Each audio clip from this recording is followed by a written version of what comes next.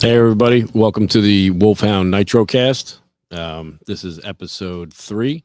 We are here at the Peter McManus Cafe on 7th Avenue here in New York City. And what is it, on 9th Street? 19th Street. So 7th Ave and 19th Street. If you don't know yet, we are Wolfhound and Flagship. Me and Matt are the founders of Flagship Brewing Company in Staten Island, New York. And we have a brand called Wolfhound where we're making, if you ask me, probably the best nitro beers in the United States. There's another little brand across the water that we heard of that's pretty good too, but won't mention them. We're here, and the premise behind what we do is we go into famous historic New York City pubs because our brand is all about pub culture, and we're seeing a big decline in people just actually sitting around and speaking to each other and talking to bartenders and going into pubs. So we're here to kind of give a little background into some of the best places that have helped build New York City, and they've been here for a very long time. And there's probably not a better example of that than the place we're sitting in right now. So thank you very much, Justin McManus, for coming on and allowing us to be in here and take up some of your lunchtime space back here. So half of your dining room for lunch. Right. Thank you very much for having us. Lunch and a show. That's it. Lunch and a show. It's a rainy day in New York City, so exactly. Perfect day for a nitro pint. It would be a perfect day for a nitro pint. That is true. This is very good pint weather right now. This is pint drinking weather. Correct. Sure. So Justin, I guess why don't we start at the beginning? I know last time we spoke, we were trying to talk about setting this up. You had said that this has obviously been in your family for a long time, and that I think you said this is the second location that you've had of this. It's actually the third. Wow. So we've been here since 1936. But to start off, the original Peter McManus was a longshoreman bar. It was on 45th and 11th. Okay. And unfortunately had to close. Change business operations because of a silly constitutional amendment that this country went. I heard about that. Back in the 1920s. Yeah. Right. And it actually turned into a general store.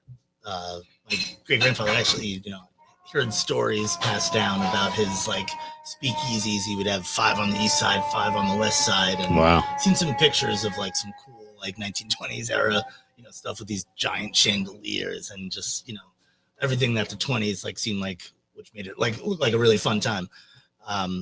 But it was that for the 13 or so odd years, and actually became kind of a successful just general store. And back then it was kind of also your pharmacy and stuff too, because they didn't have too many reads on every corner. Right, yeah. So when the time came, the Volstead Act was repealed, they opened up a new McManus. Was actually down the block from here on the other side of where we hear those fire trucks outside right now. Yep. And that opened in about 33.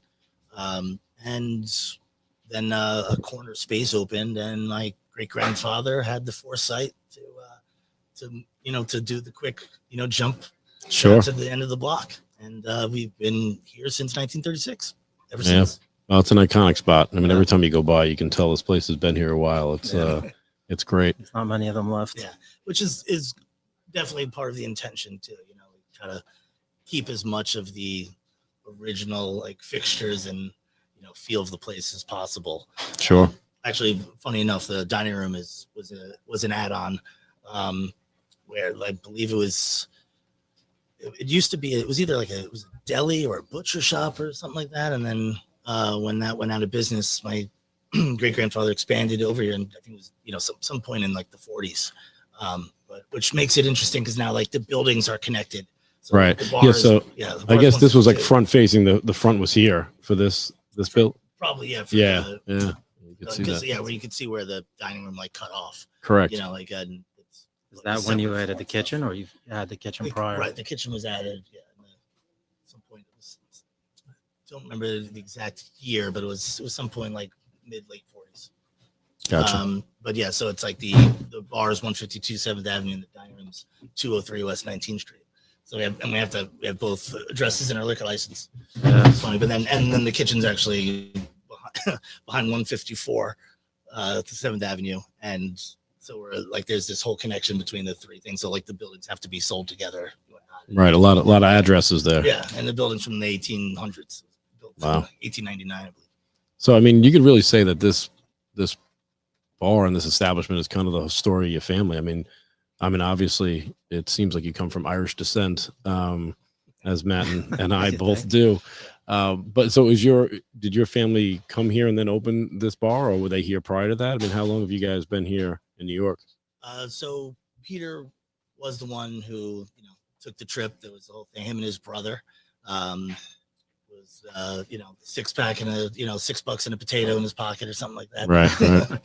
was the old story. He grew up not grew up, but he resided in the Bronx, and started his family in Grand Concourse. And, we've been New Yorkers, I guess, since then. On my father's side, we came over from County Longford, a little town called Balladamuck. The classic Ellis Island story. And, sure. Where is Longford about in Ireland? Like, what part of the country is it? So we would fly into Dublin, and it's about an hour and a half drive north and a little due west. It's okay. Next to Cavan. Okay. Yeah. And I stayed in Kildare like the first time I was over there with some family. And when I went and had to do like the retrace of routes, but yeah, it was 25 years ago. So I'm trying to remember exactly, but felt like it was like a 15-minute or 20-minute drive from there into Longford. So nice. I think Kildare is on the other side, but I know Cavan is next to it, as that's where I got married. So it was nice. Nice. How many times have you been to Ireland? About 8. Oh, nice. Just try and make love to the microphone a little more if you can. Yeah, absolutely. Sure. I appreciate it. Yeah. I can talk louder too. So yeah, it was about like my first trip was that I did a backpacking around Europe type thing, but I was like, all right, I got to start in Ireland, and then was going about once every 5 years until about 2017 when I went over with my fiance, now wife. Yep. And we went over a couple times before the wedding, and we've been twice since. Yeah. Which was it's one of those other funny